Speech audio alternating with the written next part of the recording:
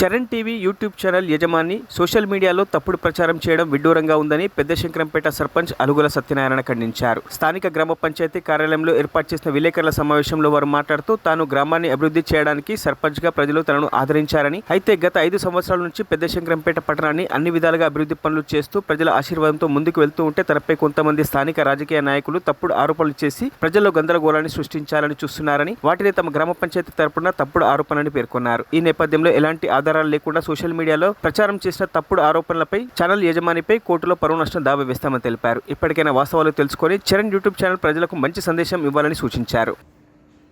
Charan TV సోదరుడు లింగమైన లింగగౌడ, అతని పేరు ఉంది నాకు కరెక్ట్ తెలియదు, లింగగౌడ. అతను ఏదైతే ప్రసారం చేసినటువంటి నిన్న మా గ్రామ పంచాయతీ పైన అవినీతిపరమైన ఆరోపణలు చేశాడు. ఆరోపణలకు నేను కూడా అంగీకరిస్తున్నాను. కానీ ఒక విషయం ఎరగాలి, ఆరోపణలు చేసే ముందు నా వివరణ కూడా తీసుకోవాలి. తర్వాత ఎక్కడైతే ప్రసారం చేసినటువంటి షాప్స్ అయినా కానీ ఏవైనా కానీ ఆ షాప్ ఓనర్తోని అతను వివరణ తీసుకోవాలి. వివరణ తీసుకొని వాళ్ళు చెప్పిన వివరణను నా వివరణ తీసుకొని ప్రసారం చేసినట్టే అతనికి నేను కూడా ధన్యవాదాలు తెలుపుతున్నాను.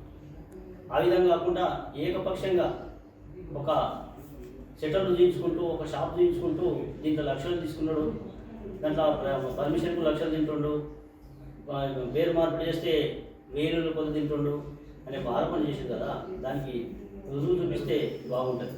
నేను కూడా కోరినది అది. మా సంబంధించిన ఏవైతే పర్మిషన్ సంబంధించిన విషయాలలో మేము ఖచ్చితంగా ప్రతి ఒక్కరికి ఏ విధంగా అయినా సరే బిల్లు సమర్పిస్తున్నాం.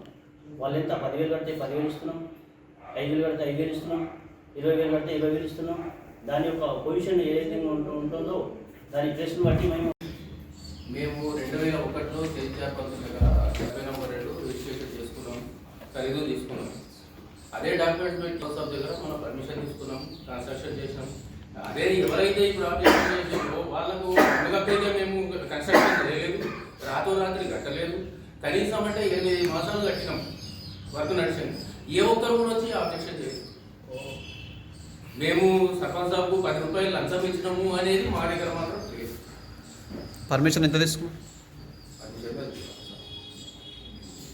అంటే ఆన్లైన్లో డబ్బులు చెల్లించి రసీదు